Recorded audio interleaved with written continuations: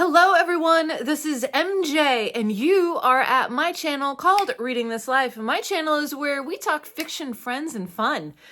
Today, it's an exciting day. I went to a horror event, that's right, horror, locally, and I met some really cool authors and I picked up a ton of books. So, let's get to it.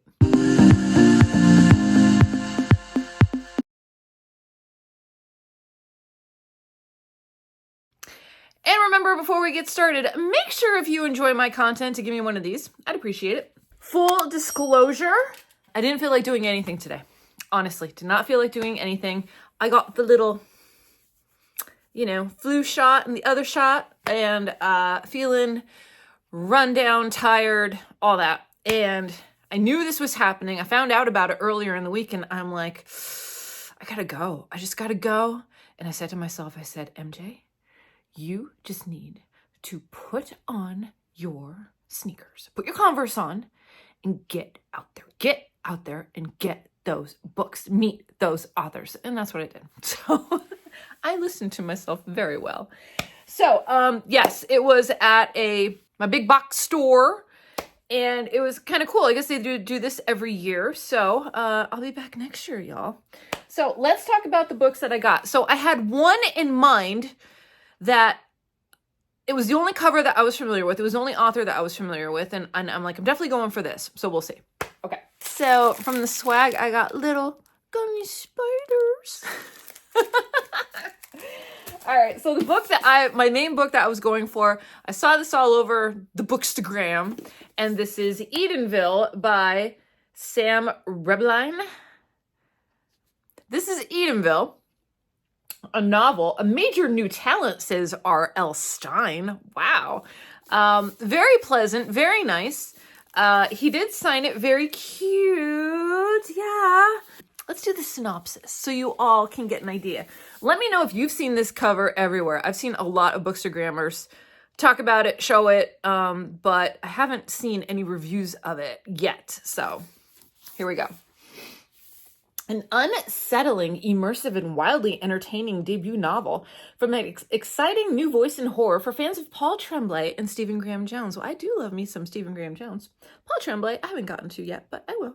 After publishing his debut novel, The Shattered Man, to disappointing sales and reviews, Campbell P. Marion is struggling to find inspiration for a follow-up. When Edenville College invites him to join as a writer-in-residence, he's convinced that his bad luck has finally taken a turn. His girlfriend, Quinn, isn't so sure. She grew up near Edenville and has good reasons for not wanting to move back. Cam disregards her skepticism and accepts the job, with Quinn reluctantly following along. But there's something wrong in Edenville. Despite the charming old ladies milling about Main Drive and piss-streaked sunflowers dotting the sidewalks, poison lurks beneath the surface. As a series of strange and ominous events escalates among its residents, Cam and Quinn find themselves entangled in a dark and disturbing history. Told with equal parts horror and humor, Edenville explores the urban legends that fuel our nightmares and the ways in which ambition can overshadow our best instincts. Sam Rebelein is an exciting, sharp new voice sure to terrify readers for years to come. That's a high accolade. I'll be sure to give my 2 cents on that. Oh, and here's Sam. Business card. Oh, see, little business card, little QR code. Yeah.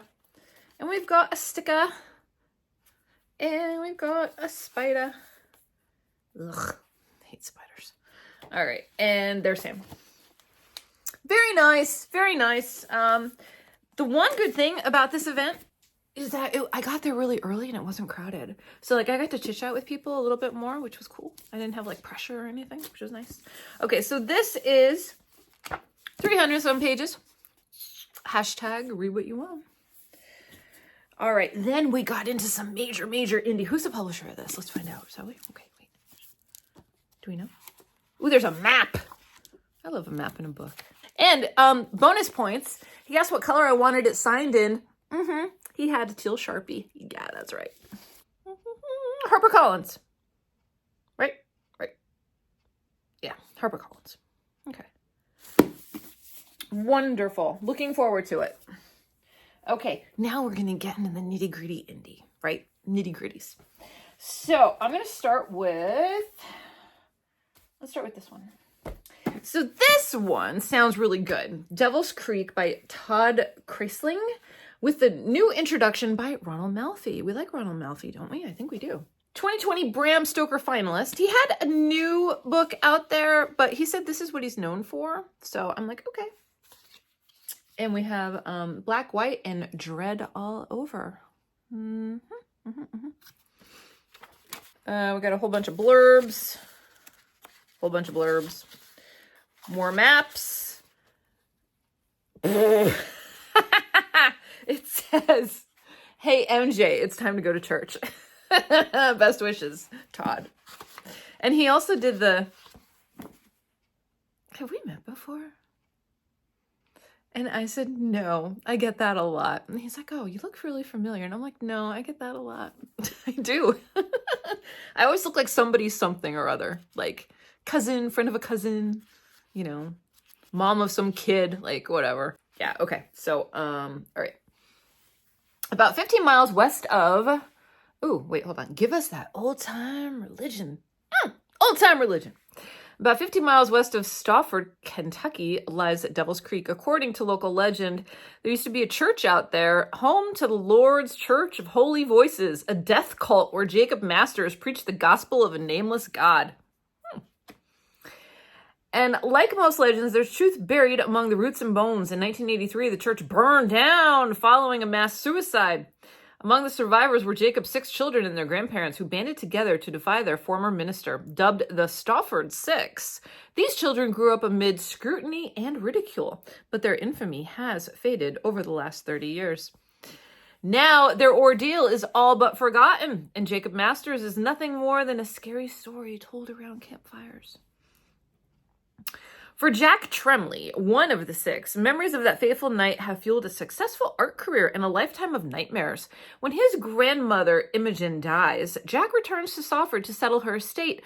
What he finds waiting for him are secrets Imogen kept in his youth, secrets about his father and the church, secrets that can no longer stay buried. It sounds really good. And that was book number 2. Next. All right, this is Till We Become Monsters by Amanda Headlee. Got some nice little bookmarks in here. To MJ, monsters exist. You better believe they do. All right. To those who face monsters. Okay. Monsters exist, and Corin Perrin knew this as truth because his grandmother told him so. Corin, raised in the shadow of his older brother Davis, is an imaginative child who believes his brother is a monster. After the death of their grandmother, 7-year-old Corin, blaming Davis for her demise, tries to kill him. 16 years following the attempt on Davis's life, racked with guilt, Corin comes to terms with the fact that Davis may not be the one who is the monster after all. Past wrongs needed to be righted. Corin agrees to a hunting trip with his brother and father, but they, along with 2 friends, never make it to their destination. An accident along the way separates the hunters in the dark forest of Minnesota during the threat of an oncoming blizzard. As the stranded hunters search for each other and safety, an ancient evil awakes. Ooh, that sounds good. Yeah, that sounds really good. And that is Till We Become Monsters by Amanda Headlee. She's stunning in person. All right. That's 3. We'll do this one. Okay. So some of the authors, right, were a little more chatty than others. This guy was a little, like, when there's an introvert, when you fill a room with introverts, right, you know what's up. Like, you know what's up. Little introverted. This is Keith Gilman, and this is Spirits of the Dead. What would you do to save someone you loved? Lots of blurbs on the back. We've got a little postcard. Just came out October 3rd. Spirits of the Dead. Death has followed successful restoration architect unhappy husband and desperate father, Jonathan Levand, his whole life. But recently, the curious incidents around him have surged. Killed deer, decapitated cheerleaders, and a dead homeless man are only the beginning of this dark streak. Now it seems he'll lose his daughter as well. Marie is fatally ill, and the doctors are stumped. Waiting for death to knock on his door again, John buries himself in his work, has an affair to escape his depressive life until one day his job of restoring old buildings leads him to St. Cecilia Cathedral, a haunted old church in Delaware, and its sinister rector. And to a proposition he can't refuse, a life for a life. John doesn't believe in miracles or dark magic, but he knows that if he doesn't do something, his daughter will die soon. Torn but determined, he chooses to save Marie, whatever it takes. But the bargain struck in hell hides dire consequences, and John soon finds himself confronted with his dark past. Author Keith Gilman said, "It's about possession." I said, "I'm in." And that's Spirits of the Dead. And he just signed to MJ. All right. Looking forward to that one. Then this is something interesting, something different. There were a ton, I'm not sure exactly where all of the authors were from, but probably within the immediate area. I picked this up on the way out. Run to your Starbucks, whatever. It's an apple cider drink. It's a slice of heaven. I took a sip of it in the car on the way home, and I said, that's good. This is hell in Delaware. It says, go to hell. No, really. Head on over to the lovely beaches of hell, Delaware, where the horrors of our world come to light. Behold our famous wild horses in the shadow of the equine. Bask in the sun and experience our many eateries, or enjoy some home food cooking like we see in Frog Song. We have arcades, mini golf, scenic water parks, and demons like those in Roadkill, or witches like our delightful host, Nuala. Our history is rich with Old West stories like An Unfortunate Night at the Oakwood Theater and Rage. We thrive in scientific experimentation like we see in Fat Green Rat. Fat Green Rat. As well as demonology. Lenny and Thomas are sure to delight. Oops, got carried away, folks. Anyway, take your family on a wonderful getaway to Hell's Beaches. It will be the last vacation you'll ever take. We'll make sure you suffer for all eternity. I like it. And Book Beach, if you're with me for a long time, you know I hit Book Beach every December.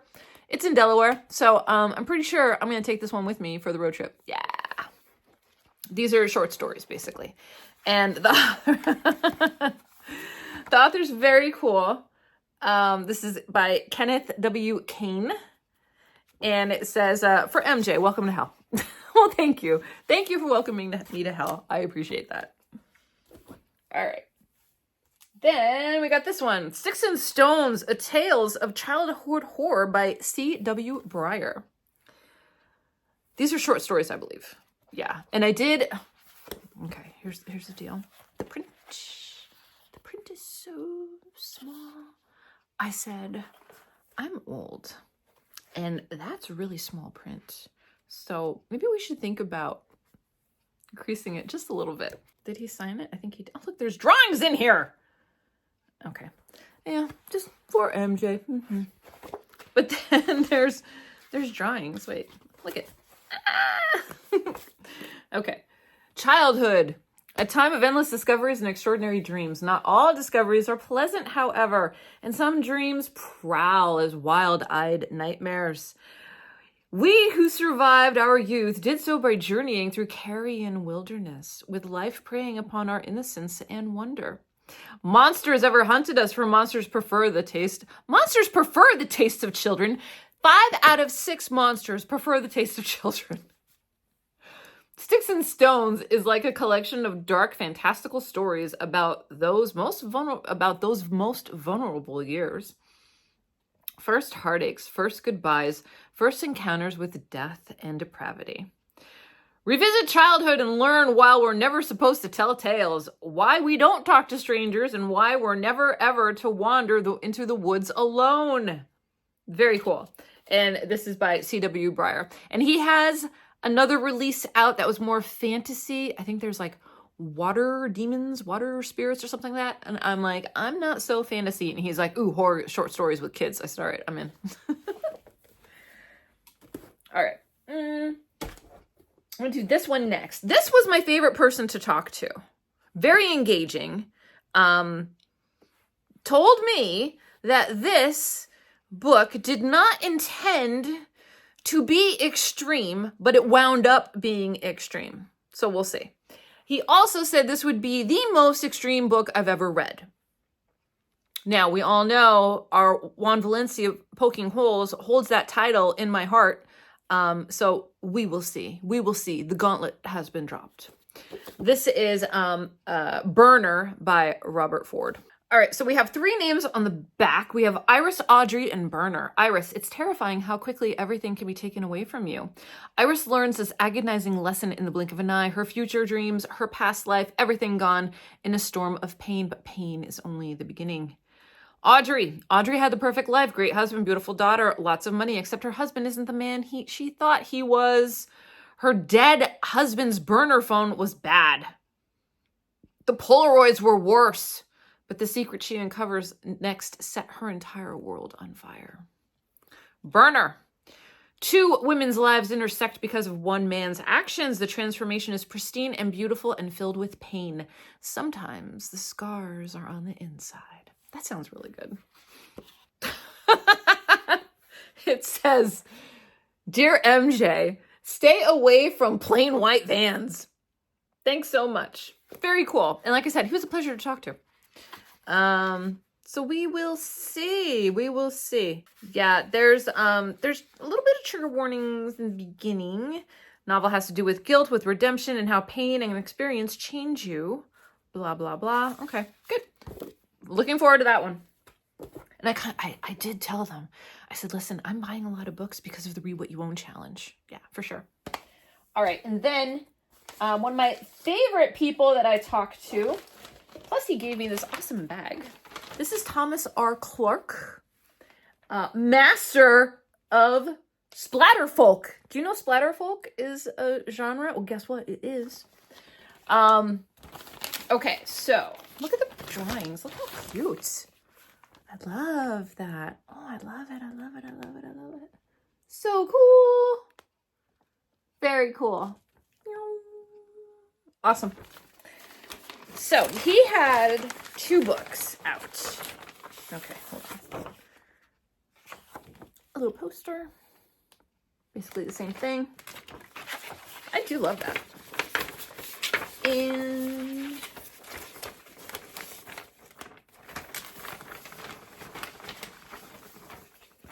he had coasters. I'm a big fan of coasters. Okay. Ooh, and I picked up 2. Nice. So I could have coffee or tea or apple cider with a friend. All right, this is, so he had 2 books, Thomas R. Clarke. One is his latest release, and he said that it's having a little bit of, it's not getting a lot of traction because of the subject matter.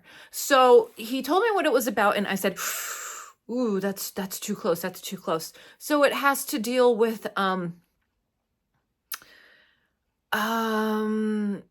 the decision to, for, an elderly relative to go into a nursing home facility.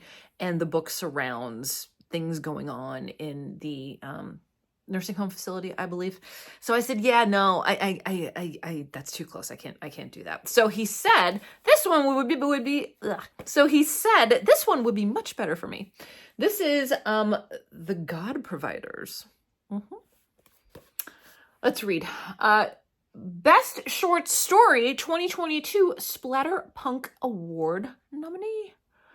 Literary perfection, says someone. The foothills of upstate New York are alive with something terrifying. It tempts, it traps, and there's no escape. Thomas R. Clarke reinvents Irish mythology and takes you on a bloody, emotional, and horrific journey back through time with the tale of the McIntyre clan and the devastating secrets they hold. The author of the Splatterpunk Award-nominated Bella's Boys, A Tale of Cosmic Horror, has crafted a story that's part The Wicker Man and part Cycle of the Werewolf, but at the same time like nothing you've ever read before. Featuring the poetry of James Matthew Byers and interior illustrations by Stephanie Muir, with cover art by Lynn Hansen. This sounds good. Aw, and he gave me a blessed bee. Aw, well, blessed be to you too. Thank you so much. Love, love, love it. All the chapters are named after very important days in certain circles. All right. And that's it, right? That's it. That's everything. Yeah, that's everything. Okay. So I will list all of these books in the description box. If any of these have piqued your interest, go and seek them out. These are indie horrors, and we support indie publishers. We support indie authors, and we love doing that because, you know, you got to root for the little guys sometimes, right? Yeah. And these people were nice enough to come out, and all proceeds, well, no, a portion, I don't know if it was all proceeds or a portion of the proceeds, were going to a local charity that helps families and children. So I was like, yeah, I'm loading up. Like it's, you know, I know my money, part of my money is going somewhere good, and it's also supporting authors. So there you go. I hope you are all doing well. I hope you are reading good books. I hope you are staying on track, setting some goals. Let me know if you are interested in any of these. Or also, are you doing the Read With Your Own challenge? Yeah, the Read With Your Own challenge is coming up for sure. So yes, these books are going to be amazing, and they're probably going to be read sooner more than later because they all sound different and delicious. All right, everyone, that's it here for me. I hope you're all doing well. Make sure that you're taking care of yourself so you can take care of others, and I will see you in my next video, whether that be sooner or later. So until next time, goodbye for now. Happy